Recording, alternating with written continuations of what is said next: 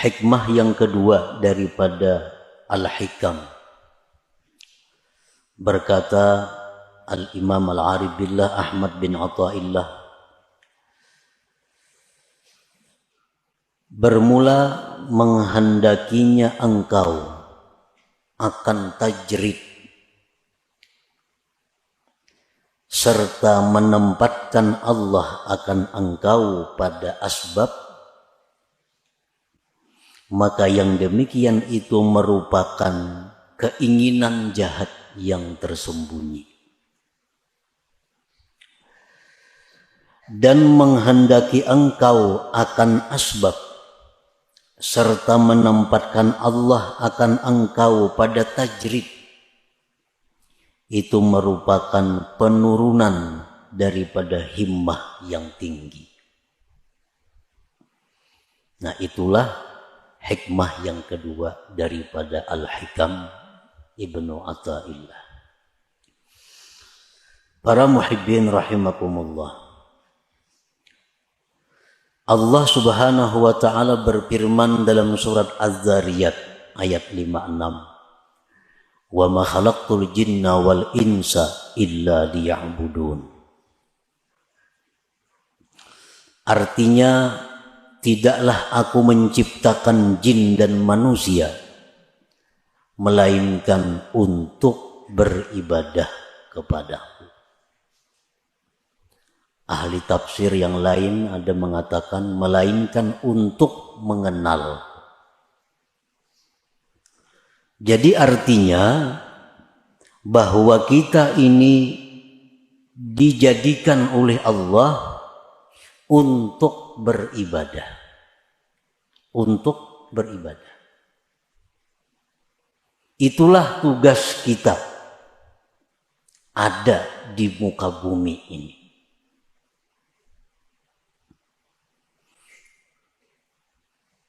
Kita dijadikan Allah untuk beribadah. Maksudnya adalah fungsi utama daripada kita ini mengabdi kepada Allah.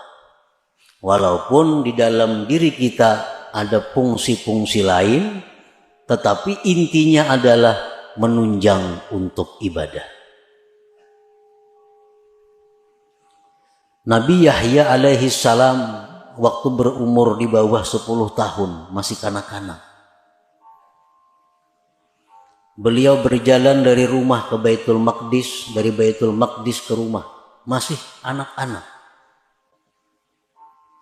Dibawai, diajak oleh kakanakan. Yahya, kita bermain-main, yuk sini. Nabi Yahya menjawab, ma khuliqtu lihadza. Aku tidak dicipta untuk bermain-main. Ini seorang anak kecil yang sudah mengerti tentang kejadian dirinya. Dibawai bermain-main, dijawab ma khuliqtu lihadza. Aku tidak dicipta untuk ini. Karena manusia adalah dicipta untuk beribadah. Artinya bukan kada boleh kita berdagang, bukan kada boleh kita bersenang-senang, bukan kada boleh kita istirahat, bukan kada boleh kita berusaha, kada. Boleh itu. Tetapi apabila sampai masanya ibadah, kembali kepada ibadah. Kegiatan apapun, usaha apapun, pekerjaan apapun, bila sudah tiba waktu ibadah, mesti ibadah. Nah, itu menunjukkan bahwa kita ini dicipta untuk ibadah. Dan itu menunjukkan kita adalah manusia yang sihat, manusia yang sempurna akalnya. Artinya, apabila kita ini asik bekerja, asik bermain, asik bersenang-senang, tanpa memperdulikan waktu ibadah, itu menunjukkan ada kesalahan di dalam jiwa kita. Ada error dalam diri kita. Ada salah yang mesti dibaiki. nang musti dibaiki. Asik berdagang, kada tahu hukum Allah halal haram. Asik berdagang, kada tahu waktu sembahyang. Terus berdagang, bertani, bekerja, ibadah dilupakan. Ini error manusia nih. Kenapa? Karena kada sesuai dengan penciptaannya. Dia dicipta untuk ibadah.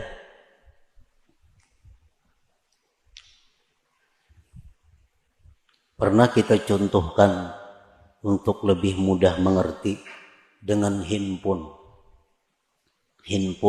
HP. HP itu dicipta fungsi utama untuk apa? Untuk komunikasi. Itu utama. Untuk bepandir bahwa di sini lawan jauh di sana. Itu fungsi utama HP. Tetapi di dalam HP itu ada kamera.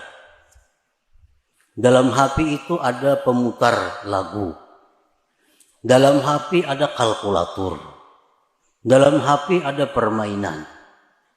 Itu hanya sebagai penunjang. Tapi intinya adalah untuk komunikasi. Nah, sebuah HP yang baik. HP yang baik nih. Kita mutar lagu, mengaji umpamanya, putar mengaji. Datang panggilan dari jauh datang. Ampihnya mengaji HP, ada panggilan dia. Putus lagu, putus apapun putus, panggilan datang. Karena HP ini fungsi utama memang untuk panggilan itu. Fungsi utama untuk panggilan. Rahatan menghitung kalkulator di HP. Masuk SMS, pajah kalkulatornya. Timbul pesan masuk ya. Karena fungsi utama HP memang itu, komunikasi. Nah, bila HP kita demikian, berarti baik HP-nya. Baik ini HP. Tapi apabila kita asik memutar lagu, putar lagu, panggilan orang kada masuk lagi, SMS kada masuk lagi, aur lagu harus berbunyi, ini HP error. HP ini sudah kada beres lagi. Kenapa? Panggilan orang kada masuk.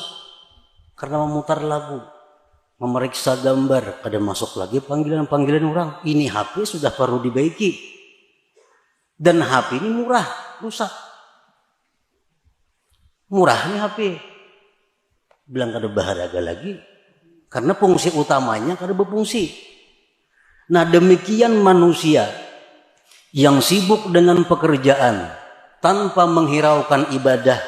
Ini manusia adalah murah harganya di sisi Allah Subhanahu wa ta'ala. Itu sekedar perbandingan fungsi kita diciptakan oleh Allah. Wa ma khalaqtul jinna wal insa illa liya'budun. Jadi kan bukan kada boleh kita bekerja, bercari, berkabun, boleh. Tapi ingat, kita dicipta untuk ibadah. Kita dicipta untuk ibadah. Kita dicipta untuk ibadah. Kita seringkali memikirkan perluasan usaha. Ada usaha ini tangkap dan menguntungkan. Ada usaha ini tangkap, ini menguntungkan. Ada usaha ini ambil, habis waktu untuk usaha. Tetapi untuk ibadah kita kadang-kadang mengadakan perluasan.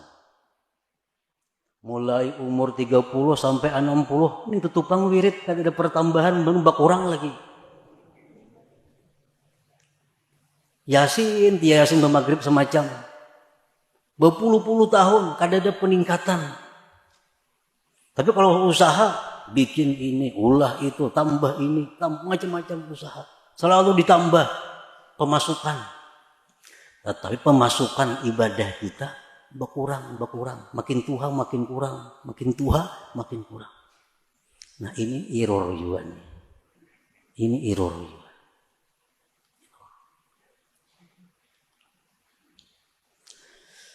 Nah, jadi selalu kita ingat bahwa kita ini dicipta untuk ibadah. Ada orang-orang dahulu yang ditulis di tangannya.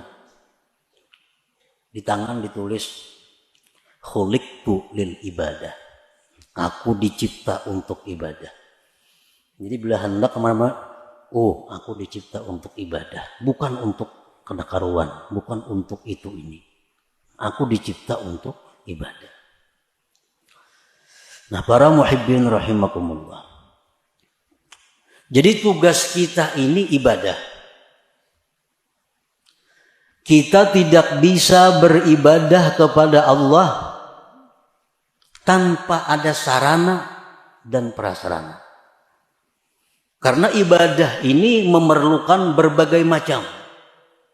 Ibadah memerlukan kekuatan tenaga supaya bisa bergerak, supaya bisa sembahyang, supaya bisa naik haji, supaya bisa umrah. Itu perlu kekuatan. Makanan, minuman. Untuk beribadah kita perlu pakaian. Untuk beribadah kadang-kadang perlu kendaraan. Untuk beribadah perlu tempat. Banyak keperluan-keperluan kita agar kita bisa beribadah. Nah, untuk mencukupi keperluan kita beribadah ini, Allah ada menyediakan 2 tempat yang kita duduki, yang kita jalani. Untuk mendapatkan keperluan ibadah ada 2 cara yang diberikan Allah. Ada 2 tempat yang diberikan Allah. Pertama namanya asbab. Yang kedua namanya tajrid. Nah, ya tadi iradatuka tajrid ma'a ikamatillah iyyaka bil asbab minasyahwatil khafiyah wa iradatukal asbab ma'a ikamatillahi ta'ayyaka bit tajrid inhitatun anil himmatil aliyah. Jadi ada 2 untuk mencukupi kebutuhan ibadahnya. Ada asbab, ada tajrid. Asbab ini apa artinya? Ya sebab. Bekerja, berdagang, bertani, menuri, beternak, jadi guru, pegawai. Ini asbab. Artinya apa? Dia mendapatkan kecukupan ibadahnya melalui pekerjaan-pekerjaan. Nah ini asbab namanya.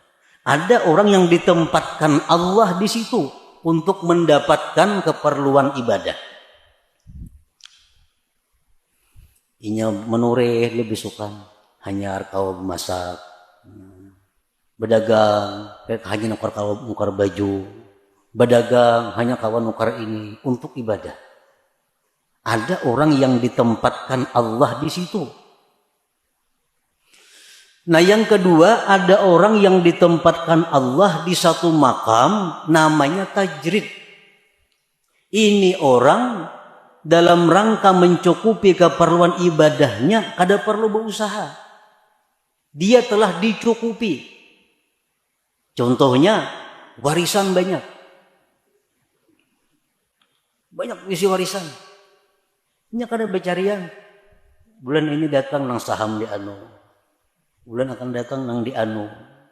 Di rumah aja begana, datangan duit ke rumahnya. Nah ini orang ditempatkan Tuhan di makam tajrid ngarannya. Kan ada ya kalau kayak itu orang. Nang kada berusak betoko kada, beternak kada, betani kada, apa kada. Tapi duit banyak anak berisi datangnya. Sarabanya ada, beribadah apa kawa. Nah ini ngarannya di makam tajrid, diandak Tuhan orang ini. Nah para muhibbin rahimakumullah, apabila kita ditempatkan Tuhan di makam, di tempat yang namanya asbab, nah lalu kita hendak berpindah ke makam tajrid. Aku ampih dah berdagang, ampih berumah, ampih menurih, aku hendak beribadah aja lagi. Dagangan semuaan tutup habis sudah lagi. Aku hendak beribadah. Duit nak datang-datang kada-kada kesarah. Pokoknya aku beribadah. Nah, ini orang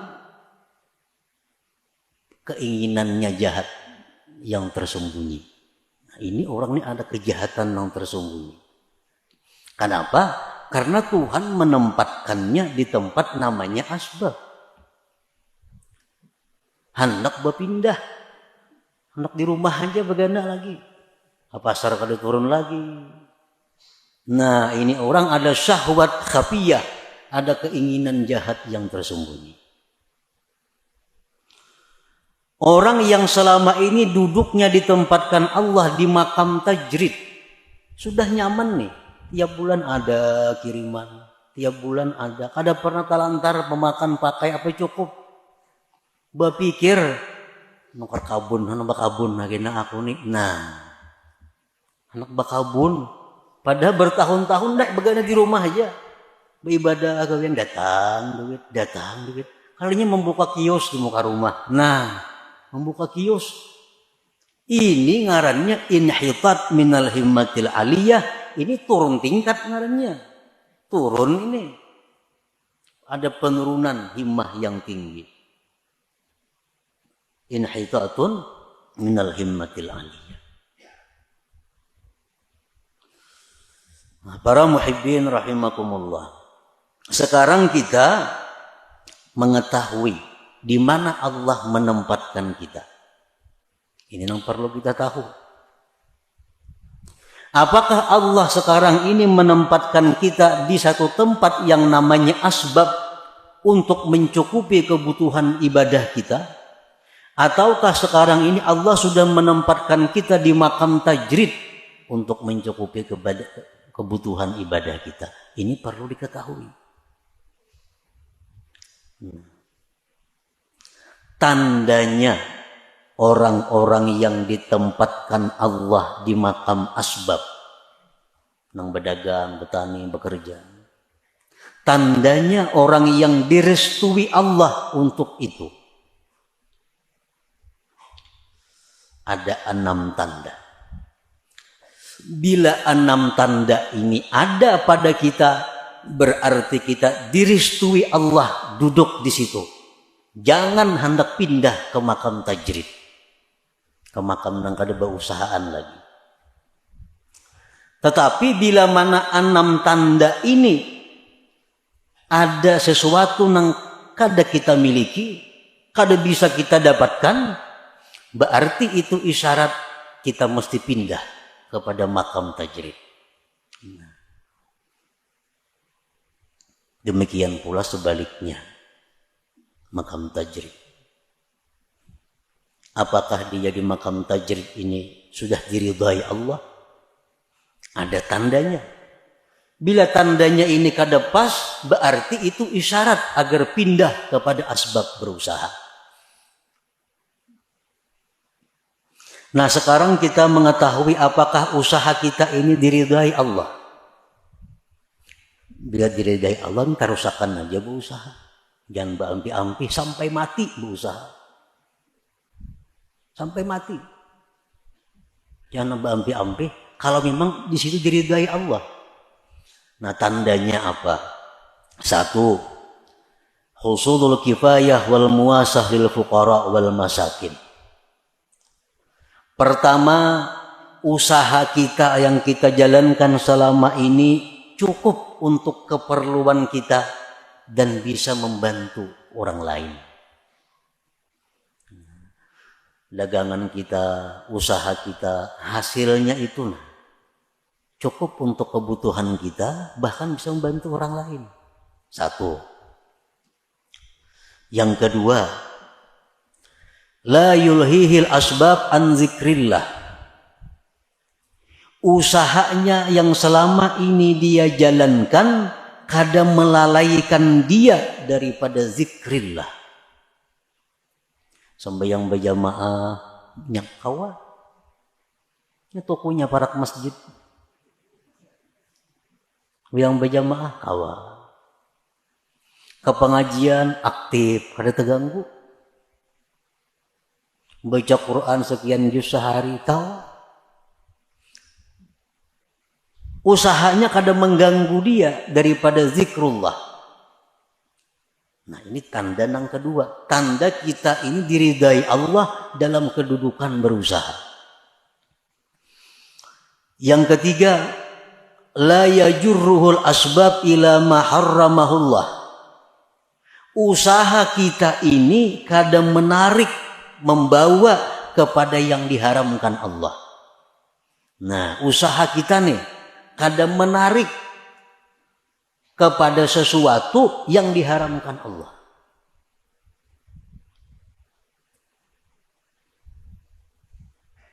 Nah, kadang-kadang ada usaha itu yang bisa membawa kepada yang diharamkan Allah.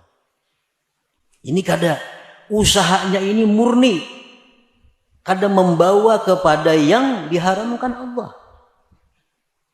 Satu contoh, sekarang ada usaha. Nah kita kadang-kala berusaha itu kalau kadang membuka rekening di bank. Contohnya. Karena perusahaan-perusahaan itu kadang-kadang kita berkirim duit lawan salis, kadang percaya. Jadi kita ini mesti mengulah rekening maka di bank. Maka di bank nang berbunga banknya, lain bank nang kehendak kita kadang bank nang ditunjukinya. Itu ada bunga dapat kainnya kita dari simpanan kita, karena buah rekening pasti ada menabung, ada mau liur basi aja buah rekening itu ada duitnya. Nah hendak berusaha ini mesti membuka rekening di bank, maka bank ini riba, mau kada mau riba. Ini karena sudah membawa kepada yang diharamkan. Nah bila macam itu berarti usaha kita ini sudah kada diridai Allah. Nah, cari usaha lain yang kada menarik kita kepada yang diharamkan Allah. Banyak usaha lain yang kada menarik yang diharamkan itu. Yang keempat, muasyaratul abrar. Dia berusaha tetapi sepergaulan dengan orang-orang baik. Usaha ini usaha orang baik-baik. Yang kelima, mujanabatul asrar, dia menjauhi orang-orang jahat. Ini kawa usahanya itu kada berhubungan dengan orang-orang jahat. Ahli sugok, ahli mafia, ahli apanya, kawa kada berhubungan dengan itu. Karena usahanya kada sangkut paut dengan bubuhan itu. Yang keenam, husulun niyati salihah, adanya niat yang saleh. 6 perkara tuh. Bila selama ini usaha kita ada 6 perkara itu, berarti kita diridai Tuhan duduk di situ. Jangan berpindah-pindah. Baik berpindah usaha atau berpindah kepada kada berusaha. Jangan. Itu sudah alamat. Coba bayangkan kita ada berisi usaha pemasukan cukup bahkan lebih. Ibadah sedikit pun kada terganggu. Kada membawa kepada yang haram. Kakawanan orang yang baik-baik, orang yang jahat-jahat jauh, niat yang baik ada, usaha apalagi yang baik pada itu. Karena ini memang diridai Allah usahanya. Ukur aja usaha kita nih, pas kada itu. Bila kada pas, usaha kita kada diridai Tuhan. Kita mesti pindah pada usaha itu. Kalau hendak baik, kalau hendak selamat. Bila ditarusakan bahaya. Ada percaya bukti akan maka ini.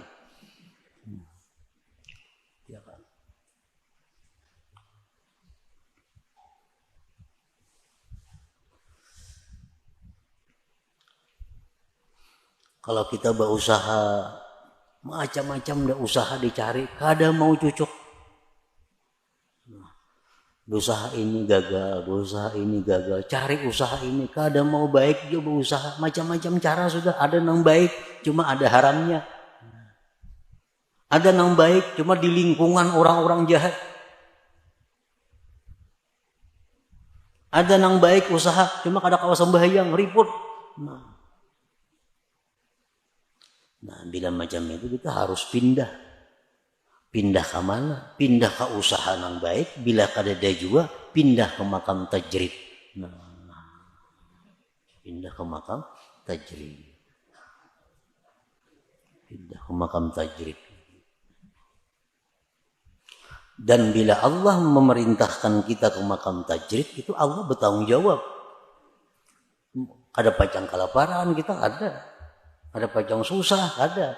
Karena ini Allah yang memindahkan kita ke makam tajrid. Kalau kita berpindah seorang, nah itu bahaya.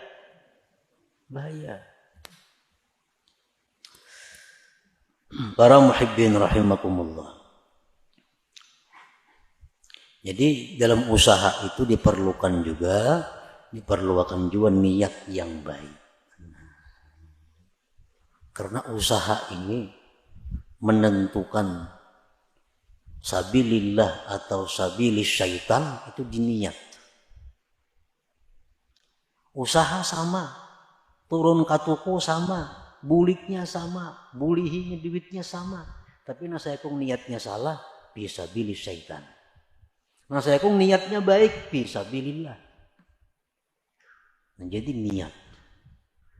Orang yang usahanya diridai Allah itu dia mudah untuk mendapatkan niat-niat yang baik itu. Apa niat yang baik? Kita berusaha. 1. Ibtigha'u fadlillah. Kita berusaha itu mencari anugerah Allah. Anugerah Allah. Fadlillah, anugerah Allah itu lebih khusus daripada rezeki. Berusaha jangan niat mencari rezeki, jangan. Berbahaya. Kenapa? Sebabnya dalam mazhab ahlu sunnah wal jamaah ar-rizku yasmalul halala wal haram. Rizki itu termasuk nang halal dan haram.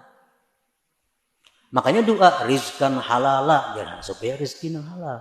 Kalau kita berniat mencari rizki, nah itu salah. Rizki itu bisa halal, bisa haram.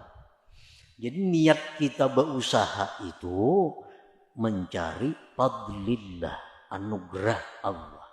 Nah, itu niatnya. Karena anugerah Allah itu, fadlillah itu dicontohkan dalam Al-Quran. Dalam surat Jum'ah. Fa'idha qudiyatis salah fantashiru fil ardi wabtaghu min fadlillah wazkurullah katsira la'allakum tuflihun. Nah, jadi artinya anugerah Allah itu letaknya di antara dua zikir. Fa'idha qudiyatis salatu, bila tuntung sembahyang, fantashiru fil ardi, bertebaranlah kamu di muka bumi, wabtaghu min fadlillah, carilah anugerah Allah, wazkurullah, berzikirlah kamu kepada Allah. Nah, jadi berusaha itu hendaknya turunnya berdoa, berzikir. Nah, di toko pun berzikir dan berdoa juga. Itu dapat anugerah Allah. Jadi niat yang pertama itu berusaha anugerah Allah yang dicari. Fadlillah tadi.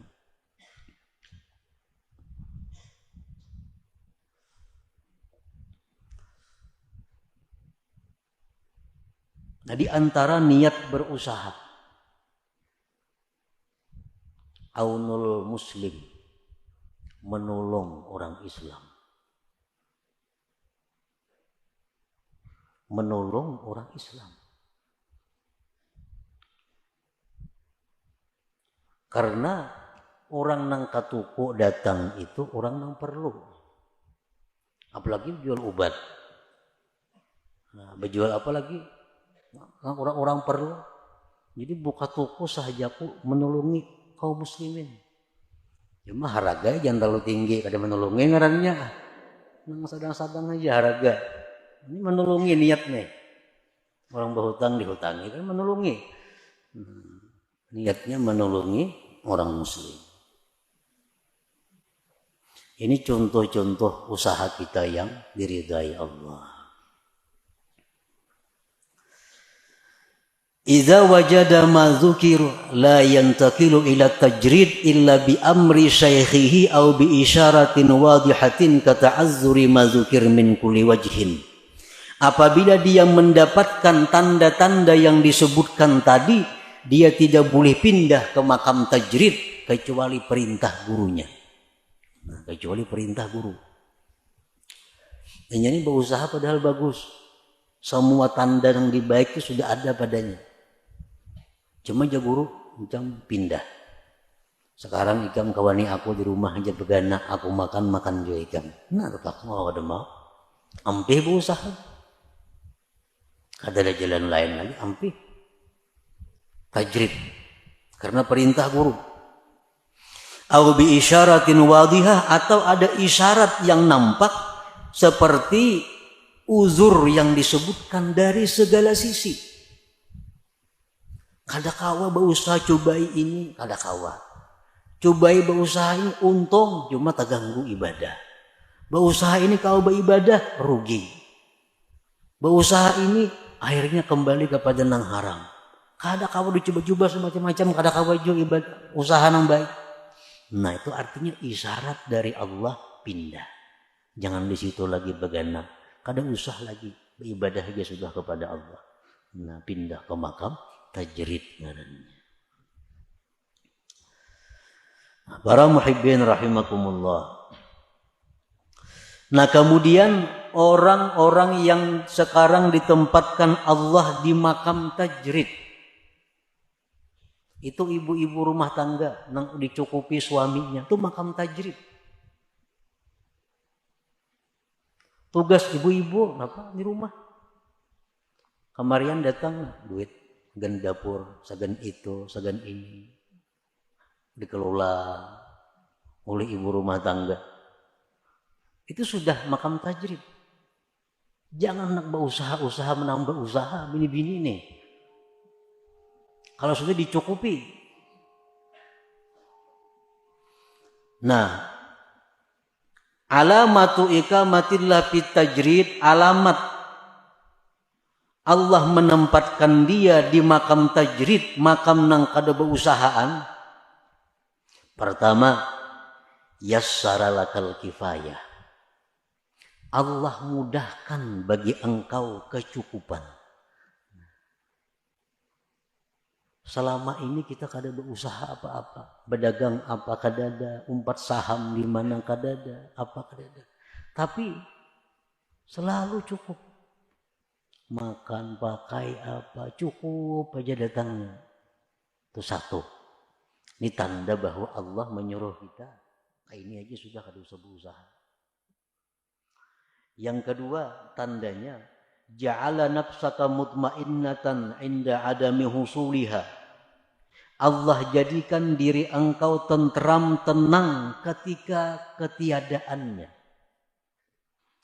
Kada ada duit, kada ada makanan, tenang, sabar, kada ada keluh kesah. Allah jadikan hatinya seperti itu. Yang ketiga, ada mutama lima fi aidin nas, tidak ada tamak kepada milik orang lain. Kada ada menghendaki ampun orang, kada ada hendak supaya diberi orang, kada ada hendak supaya diinjami orang, kada ada. Yang keempat, safa'u waqtika 'alal istighal bi ibadatillahi ta'ala, bersihnya waktu engkau sibuk dengan ibadah.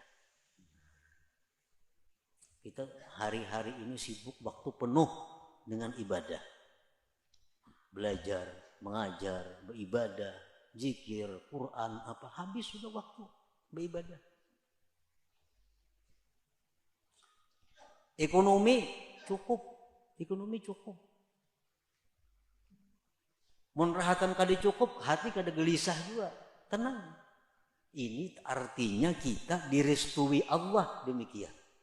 Jangan hendak sedikit pun membuka usaha. Jangan hendak sedikit pun bersaham di situ di mana-mana. Ini sudah tenang. Allah sudah meridai, merestui kita duduk di situ.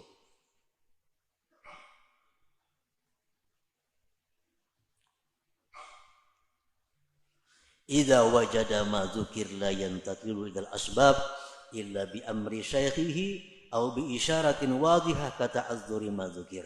Bila sudah orang itu mendapatkan yang disebutkan tadi, kecukupannya mudah, dirinya tenang, mun kada berduit, kada ada tamak kawan ampun orang, waktu penuh dengan ibadah beisi, jangan berpindah kepada asbab, kepada usaha, kecuali perintah guru. Kecuali perintah guru. Kecuali guru nyuruh yang berdagang gitu.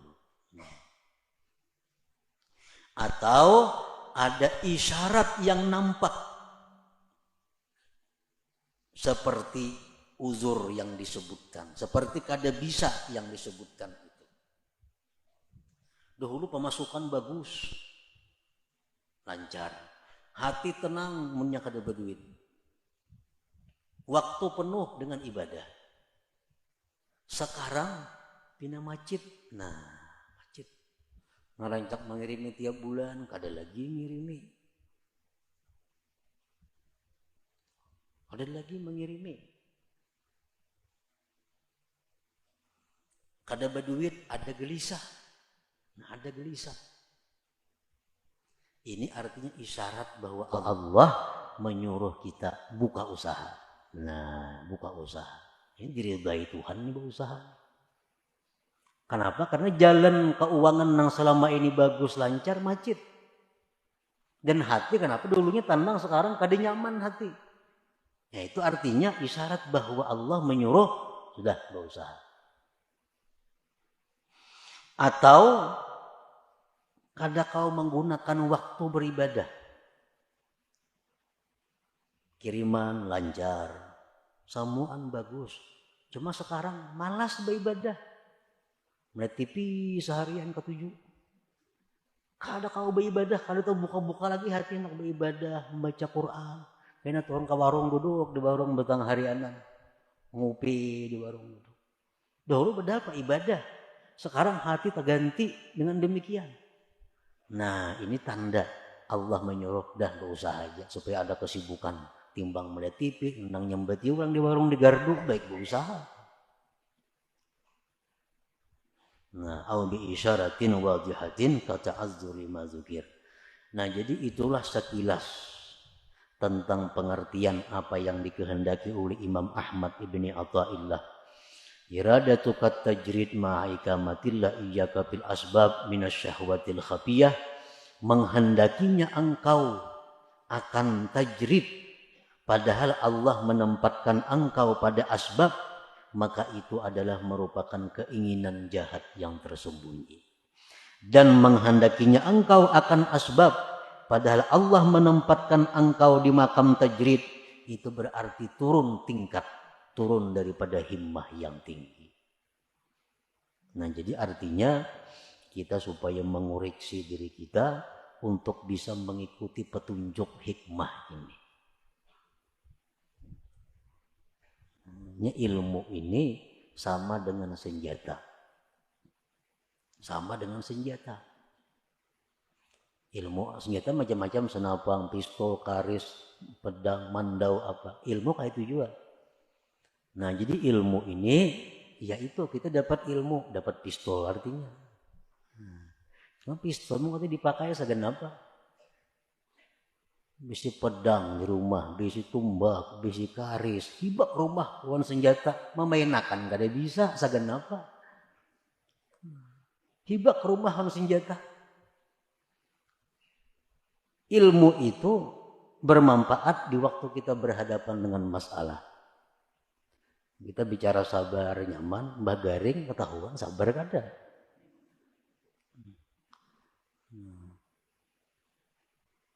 Sabar sakit, sabar musibah, sabar apa. Samuan tahu kita hadis-hadisnya ini, fadilatnya ke surga. Mbah kita takana, itu nang ianya. Jadi hikmah ini adalah untuk kita jadikan petunjuk, jadikan jalan untuk diri kita. Apakah selama ini kita sudah duduk di tempat yang direstui Allah? Munnya kada, jangan begana, pindah, cari tempat nang dimana Allah restu ridha kepada kita.